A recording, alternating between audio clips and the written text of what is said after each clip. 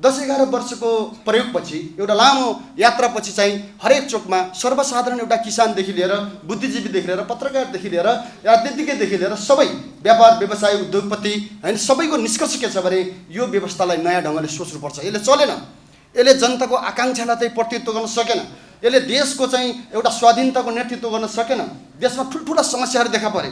नवौं केन्द्रीय समितिको 6औं पूर्ण बैठक पश्चात आयोजित यो पत्रकार सम्मेलनमा उपस्थित हाम्रो पार्टीका आदरणीय सल्लाहकार, स्थायी समिति, पोलिट ब्युरो, केन्द्रीय समिति र विभिन्न तहका सहयात्री कमरेडहरू, पत्रकार बन्धुहरू र यो पत्रकार सम्मेलनलाई चासोका साथ निहालिरहनुभएका देश विदेशका नेपाली कमरेडहरू, मित्रहरू सबैमा यो पत्रकार सम्मेलनको अवसरमा म न्यानो लाल सलाम अभिवादन गर्न चाहन्छु।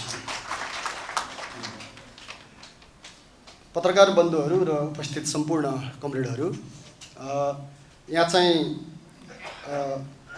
यो हाम्रो प्रेस विज्ञप्ति पढिसकेपछि र त्यसको भूमिकामा हाम्रो प्रवक्ता, सहयोगता कमरेड प्रवक्ता प्रकाण्डजीले यसका मुख्य विषयहरू अथवा यसका अहिले बैठकका निर्णयहरूको महत्त्वपूर्ण पाटोको बारेमा केही राख्नुभयो र प्रस्ताव के अरे हाम्रो विज्ञप्ति पढेपछि सायद विषय स्पष्ट पनि भयो जस्तो नै लाग्छ। त्यसैले लामो व्याख्या पर्छ जस्तो लाग्दैन, तपाईँहरूले मोटामोटी सुनेकै कुराहरू हुन्। तैपनि नेपालमा अहिले एउटा चासो त पक्कै छ। भर्खरै हामीले एउटा केन्द्रीय समितिको बैठक सम्पन्न गऱ्यौँ र त्यसले गरेका केही निर्णयहरूको बारेमा देशभरि सबैको एउटा चासो छ, केही तरङ्ग पनि छ, त्यसका प्रतिक्रिया क्रियाहरू छन्। यो बारेमा म केही राख्न चाहन्छु। पहिलो कुरा, हाम्रो बैठक चाहिँ नेपालको एउटा तरङ्गित राजनीति एउटा परिवेशमा चाहिँ सम्पन्न भयो। बैठक निकै भव्यतापूर्वक, निकै सुव्यवस्थित, अनुशासित र एउटा जिम्मेवारीपूर्ण ढङ्गले सम्पन्न भएको छ। एउटा खुसीको कुरा यो छ। दोस्रो कुरा, नियमित बैठकहरू भन्दा यो बैठक अलिकति फरक भयो। नेपाली कम्युनिस्ट आन्दोलनलाई समीक्षा गर्ने र त्यसपछि क्रान्तिकारी आन्दोलनलाई नयाँ ढङ्गले अलिकति मूर्तिकृत गर्ने र त्यसको जिम्मेवारीलाई वहन गर्ने, पुरा गर्ने दृष्टिकोणले त्यसपछि गएर नेपालको राजनीतिलाई कुन दिशा दिने भन्ने सन्दर्भमा, त्यसपछि प्रयोग भइरहेका हाम्रा ज्ञान र शिक्षाहरू के हुन् भन्ने सन्दर्भबाट र सङ्गठन, सङ्घर्ष, संस्कृति, आर्थिक सबै विषयमा नयाँपन अहिलेको केन्द्रीय समितिमा व्यक्त भएको छ। त्यसलाई 1, 2, 3 गर्दा यहाँ तपाईँले पढि नै सक्नुभयो। खास गरी अलि नयाँ विषय फेरि हामीले उठाएका छौँ कि नेपाल कम्युनिस्ट पार्टी अलग ढङ्गले, हामी माओवादी नै हो, अलिकति अलग ढङ्गले चलेको हैन, चाहिँ 11 वर्ष 71बाट हाम्रो सुरु भएको हो हैन। 11 वर्षमा चाहिँ हामी प्रवेश गर्दैछौँ। त्यसपछि यो भित्र थुप्रै खालका क्रान्तिकारी प्रवृत्तिहरू, धाराहरूको हाम्रो एकता, ध्रुवीकरण पनि हुँदै यहाँसम्म हाम्रो आएको छ। त्यसपछि गएर क्रान्तिकारी शक्तिहरू, व्यक्तिहरू र प्रवृत्तिहरूको बिचको केन्द्रीकरण र ध्रुवीकरण एकताबाट यहाँ आउँदै गर्दा र नेपाली राजनीतिलाई, नेपालको कम्युनिस्ट आन्दोलनलाई, त्यसपछि जनताका सङ्घर्षहरूलाई, अधिकार प्राप्तका विभिन्न बहसहरूलाई हामीले हेर्दै गर्दा एउटा संश्लेषण आवश्यक छ भन्ने हाम्रो निष्कर्ष छ। यो 11 वर्ष कस्तो रह्यो त? सरदर कम्युनिस्ट आन्दोलन 6 सालदेखि जो चल्दै आएको छ, त्यसकै एउटा निरन्तरता हो या नेपाली कम्युनिस्ट आन्दोलनमा बेलाबखत नयाँ नयाँ संश्लेषणहरू हुने गरेका छन् र तिनले राजनीतिलाई कहिलेकाहीँ नेतृत्व दिने गरेका छन्, कहिलेकाहीँ एउटा नयाँ चरणहरू व्यक्त हुने गरेका छन्, जसलाई मोटामोटी पुष्पलालले कम्युनिस्ट पार्टी स्थापना गरेको समयलाई एउटा चरणको रूपमा हेर्ने गरिएको छ। दोस्रो, तपाईँको चाहिँ मदन भण्डारीले बहुदलीय जनवाद अगाडि सारेपछिको चरणलाई अलिक फरक ढङ्गले हेरेको छ कम्युनिस्ट आन्दोलनमा। त्यसपछि गएर जनयुद्ध र जनयुद्धको नेतृत्व गरिरहेका साथीहरूको समयलाई एउटा ढङ्गले हेरिएको छ र यो गणतन्त्र स्थापनापछि लोकतान्त्रिक गणतन्त्र या सङ्घीय गणतन्त्र भनिरहँदाखेरि सबै पार्टीहरूले यही भित्र एउटा गोलचक्कर मारिरहेको सन्दर्भमा नेकपाले एउटा नेपाली विशेषताको समाजवाद र समाजवादी क्रान्तिको लागि संश्लेषण गरेको एकीकृत जनक्रान्ति र त्यसलाई प्रयोग गर्दै 10-11 वर्ष अगाडि आउँदा एउटा के हो, त्यो निरन्तरता मात्रै हो या केही यसले नयाँ चिजहरू अगाडि बढाउन खोजेको छ र नयाँ चिज सुरुवात गरेको छ, त्यसलाई हामीले जनतामा भन्नुपर्छ। किनकि यो नेकपाको मात्रै सवाल होइन। नेपाली जनताको तह विभिन्न हुन्छन्।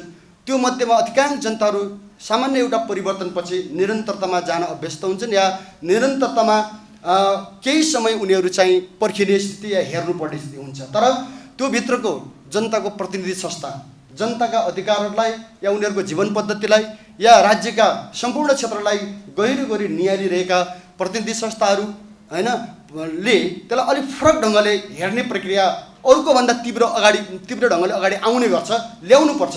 त्यस हिसाबले नेकपाले त्यति बेलाको सङ्घीय लोकतान्त्रिक गणतन्त्र स्थिरताको लागि, शान्तिको लागि, समृद्धिको लागि यो चाहिँ पूर्ण छैन। यसले नेपाली जनताको चाहनालाई नेतृत्व गर्न सक्दैन। यसले एउटा अर्को नयाँ सङ्कट जन्माउँछ र त्यो सङ्कटपछि हैन देशलाई निकासतिर लाने एउटा सुस्पष्ट दृष्टिकोण निर्माण गरिएन भने देशलाई एउटा भयानक सङ्कटतिर फस्ने खतरा हुन्छ भन्ने हाम्रो दृष्टिकोण थियो। र त्यो अनुसार नै हामीले के भनेका थियौँ भने हैन कि नेपाली विशेषताको समाजवाद या वैज्ञानिक समाजवादतिरको बाटो सम्पूर्ण रूपले नेपाली जनतालाई सन्तुष्टि दिने हैन नेपाली जनतालाई आत्मनिर्भर बनाउने, देशलाई स्वाधीन बनाउने, अधिकार सम्पन्न बनाउने मार्ग हो त्यो।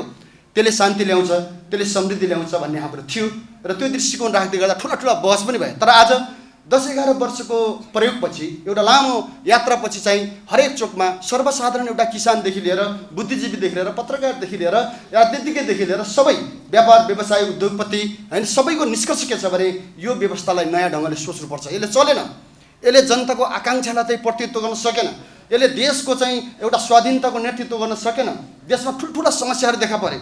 उही निरन्तरतामा पुरानै खालका प्रवृत्ति कयौँ त धन त्योभन्दा पनि भयानक ढङ्गले राष्ट्रघात हुने खतराहरू, करप्सनका कुराहरू आएपछि हैन हामी के ठान्छौँ भने नेकपाले सुरु गरेको पहल, त्यति बेला सुरु गरेको बहस, संश्लेषण गरेको एकीकृत जनक्रान्ति र त्योमा प्रयोग गरिएका विभिन्न खालका चाहिँ हाम्रा नीतिहरू, पोलिसीहरू जो छन् त्यो फरक हो भन्ने हाम्रो कुरा छ। र त्यो नेपाली जनताकै कुरा हो, त्यो नेकपाको मात्रै कुरा होइन। अग्रगामी नेपाली जनताले चाहने चाहनासँग या आवश्यकतासँग जोडिएको विषय भएको हुनाले यसलाई संश्लेषण गरौँ भन्ने हाम्रो छ र हामीले त्यसको एउटा बहसको वातावरण बनाउँदैछौँ। तुरुन्तै हतारको कुरा भएन। हामी कम्तीमा 6-8 महिना हैन एउटा राम्रो बहस अन्तर्क्रिया सबैसँग छलफल गर्दै नेपाली समाज, नेपाली देश, नेपाली राजनीतिक आन्दोलन, कम्युनिस्ट आन्दोलनलाई सुव्यवस्थित प्रकारले एउटा निष्कर्षमा र एउटा निकासमा पुर्याउनको लागि कस्तो विचारको खाँचो छ, त्यो नेपाली जनताको कुरा हो, कस्तो चाहिन्छ भन्ने कुरा चाहिँ निष्कर्ष निकाल्नुपर्छ भन्ने छ र हामीले त्यसलाई एउटा विचार संश्लेषणको विषयको रूपमा राखेका छौँ। यहाँहरू सबैले सुनि नै सक्नुभयो। त्यसपछि गएर हामीले एउटा अलि नयाँ विषय, एउटा न्यू इकोनोमिक ट्र्याक भनेर अब चाहिँ सुनिसक्नुभयो। नयाँ आर्थिक मार्ग नेपाललाई चाहिँ एउटा आत्मनिर्भरतामा, एउटा आत्मविश्वासमा, सन्तुष्टिमा रमाएर देशलाई चाहिँ आर्थिक ढङ्गले चाहिँ अगाडि बढाउने बाटो चाहिन्छ। अहिलेसम्म चलिरहेको एउटा नवउदारवादी आर्थिक बाटो, विगतमा हामीले सामन्तवादी अर्थ सम्बन्धमा लामो समय एउटा समस्या भोग्नु पर्यो।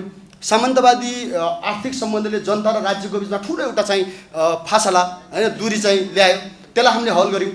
त्यसपछि हामीले के भनेको छौँ भने नेपालमा नवउदारवादी अर्थतन्त्र र त्यसलाई त्योसँग जोडिएको दलाल पुँजीवाद जसरी आयो, त्यो दलाल पुँजीवादले नेपाली अर्थतन्त्रलाई राम्रो बनाउन सकेन या नेपाली जनताको आर्थिक चाहना जो हो त्यसलाई पुरा गर्न सकेन। अहिले झन् धनी, एकदमै धेरै धनी हुने, जनता धेरै तल बस्ने र एक प्रकारको नेपालको अर्थतन्त्र चाहिँ कस्तो भन्दाखेरि जरा नभएको जस्तो, आकाश बेली जस्तो अर्थतन्त्र हुने खतरा भयो।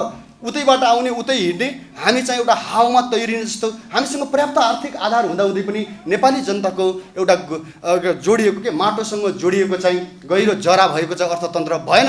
त्यसको लागि यो न्यू इकोनोमिक ट्र्याकको कुरा पनि के हो भने हाम्रो मात्रै विषय होइन, नेपालका युवाहरूलाई, नेपालका व्यवसायीहरूलाई हैन नेपालका चाहिँ जनतालाई, नागरिकलाई अर्थतन्त्र सम्बन्धी, आर्थिक जीवन पद्धति सम्बन्धी, देशको आर्थिक एउटा जग निर्माण गर्ने सम्बन्धी एउटा बाटो देखाउनुपर्छ भनेर हामीले भनेका छौँ। त्यसलाई आत्मनिर्भरताबाट समृद्धिकोतिरको यात्रा, त्यसमा नेपाली स्रोत साधनको प्रयोग, नेपाली श्रमको प्रयोग, नेपाली ज्ञानको प्रयोग, नेपाली क्षमताहरूको प्रयोग गर्दै नेपाललाई समृद्धिको दिशातिर लैजाने बाटो हामीले भनेका छौँ र यसलाई हामीले न्यू इकोनोमिक ट्र्याक, नयाँ आर्थिक मार्गको रूपमा संश्लेषण गरेका छौँ। दोस्रो कुरा यो संस्कृति पनि यो कस्तो छ भने चाहिँ नेपाली समाजलाई एउटा नयाँ बाटो हामीले हिँडाउन खोजेका छौँ।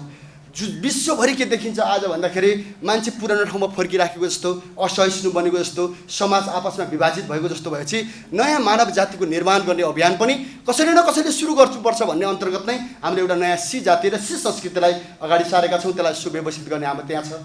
त्यसपछि सबैको चासो अर्को विषय भनेको चाहिँ एकता थियो। यहाँहरू सबैलाई थाहा छ, अब पछि पत्रकार बन्धुहरूले सोधिने आज छलफल पनि हुन्छ। अब एकताको प्रक्रिया के भयो? अहिले बाहिर एउटा हल्ला के गरिरहेको छ भने माओवादीसँगको एकता त लगभग नेकपाल त छोड्यो, बन्द भयो, सिद्धियो रे भन्ने कुरा, त्यो कुरा होइन।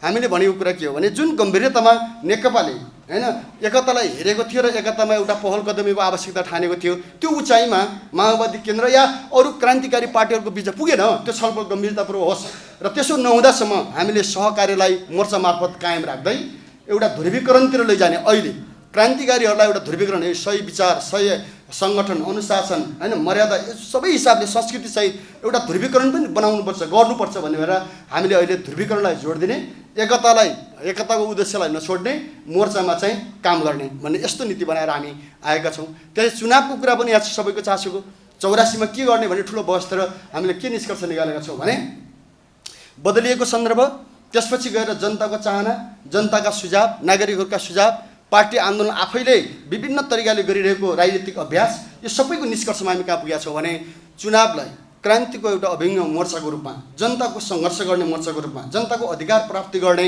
एउटा मार्गको रूपमा त्यसलाई पनि प्रयोग गर्नुपर्छ, प्रयोग गर्ने भन्ने हाम्रो निष्कर्ष छ र हामी त्यसरी चाहिँ निष्कर्षहरू निकालेका छौँ। त्यसपछि एउटा अलिक फरक संस्कृतिकै क्षेत्रमा हामी कहाँ पुगेका छौँ भने नेपालका जनसंस्कृतिहरू एकदमै खतरामा परे हैन। पूर्वमा राई लिम्बूदेखि पश्चिममा गौरासम्म, उधौलीदेखि लिएर गौरासम्म, चेपाङको संस्कृतिदेखि लिएर यहाँको तपाईँको नेवारको संस्कृति, मगरको संस्कृति, थारूको संस्कृति, तामाङको संस्कृति, मधेसको संस्कृति, अरू सबै हाम्रो परम्परागत ढङ्गले आएका जनसंस्कृतिहरू र प्रगतिशील संस्कृतिहरू ठुलो एउटा चपेटामा पर्ने खतरा हामीले देखेपछि हैन सबै जनताको संस्कृतिको रक्षा गर्ने दायित्व पनि प्रगतिशील आन्दोलनको हो भन्ने निष्कर्षसहित हामीले जनसंस्कृति तथा प्रगतिशील संस्कृति संरक्षण मञ्च एउटा बनाएर सबैको बिचमा आन्दोलन गर्ने र यो एउटा धार्मिक राजनीति, धर्म राजनीति जसरी मौलाउन खोजेको छ र जनतालाई हैन दलाल पुँजीवादको घोडा बनाउनको लागि जस्तै ठुला षड्यन्त्रहरू अहिले चलिरहेका छन्, पुँजीको बलमा, सत्ताको बलमा, विभिन्न तपाईँको चाहिँ घुसपैठबाट गरिँदैछ, यसलाई छेक्ने गरी जनतामा एउटा जागरण ल्याउनुपर्छ भनेर पनि एउटा मञ्च हामीले निर्माण गरेका छौँ। त्यसपछि सांस्कृतिक अभियानहरू हामीले चलाउने गरेका छौँ। त्यहीसँग जोडिएर अहिले एउटा नेपालको सङ्घीयता कस्तो हुनुपर्छ भन्ने अन्तर्गत एउटा पहिचानका आन्दोलन थुप्रै चलेका छन् र यदि त्यसलाई हामीले बाटो देखाउन सकेनौँ भने समाज फेरि तपाईँको गोलचक्रमा फस्ने चुनौती पनि हामीले देखेपछि नेपाललाई हैन एउटा आन्तरिक राष्ट्रियता या एउटा देशको रूपमा बदल्नको लागि, एउटा राष्ट्र निर्माणको लागि चाहिँ सबै राष्ट्रियताहरू हैन हाम्रा बहुराष्ट्रहरू जो छ, हाम्रो विविध राष्ट्रियताका हाम्रा स्थानीय राष्ट्रियताहरू जो छन् ती सबैलाई केन्द्रीकरण गर्नको लागि हैन सहकार्य गर्ने वातावरण बनाउनुपर्छ भनेर नै पूर्वमा चलिरहेको आन्दोलन या कोशीमा जो जनताको चाहिँ असहमति छ त्यसलाई हाम्रो पार्टीले पहिले पनि हामीले जनयुद्धकालमा या पछिल्लो समयमा हामीले चाहिँ नेपालमा चाहिँ एउटा पहिचान सहितलाई नै स्वायत्त प्रदेशको अवधारणा अन्तर्गत अगाडि बढाएका थियौँ। त्यसलाई पार्टीले कायम गर्दै अहिले किराँत लिम्बुवान एउटा प्रदेशको रूपमा चाहिँ त्यसलाई नामाकरण गर्नुपर्छ भन्ने पनि हामीले निर्णय गरेका छौँ। जाजरको भूकम्पको कुरा छ हैन, अहिलेसम्म जनताको सुझाव आएको छ कि पहिलो किस्ता दिएपछि जनताहरूलाई फेरि निकासा दिएको छैन र एक प्रकारले चिसोमा, बर्खामा र अल्पत्र जीवन त्यहाँको त्यो क्षेत्रका थुप्रै जिल्लाहरूको जाजरको रुकुम, सल्यान, त्यसपछि गएर सुर्खेत, दैलेख त्यो भेगमा जो खालको कठिनाइ डोल्पामा उत्पन्न भएको छ यथाशीघ्र राज्यले चाहिँ हैन दोस्रो किस्ता पनि निकासा दियोस् भन्ने हाम्रो कुराहरू छ। यसरी हामीले चाहिँ त्यहाँ विषयहरू राखेका छौँ र हामी आफै एउटा जागरण अभियान मेची, महाकाली अथवा झापादेखि कञ्चनपुरसम्म, पाँच थरदेखि लिएर बैतडीसम्म र त्यसपछि गएर पोखरादेखि लिएर मुस्ताङसम्म हैन ओलाङचुङ गोलासम्म सबैतिर त्यहाँ हुम्लासम्म यी सबै एउटा अभियानहरू चलाउने र जनताको बिचमा समाजवाद, नेपाली विशेषताको समाजवाद निकास हो, त्यो दिशामा सबै जनता एकताबद्ध भएर बढ्ने गरी सोच्नुपर्छ भन्ने एउटा अभियान चलाउने हामीले सोचेका छौँ। पत्रकार बन्धुहरू, यति कुरा मैले यहाँहरूसँग राखेँ। अरू हामी छलफल गरौँला किनकि लामो भन्दा पनि मुख्य विषय यिनै हुन्। अरू तपाईँले पढेपछि त्यहाँ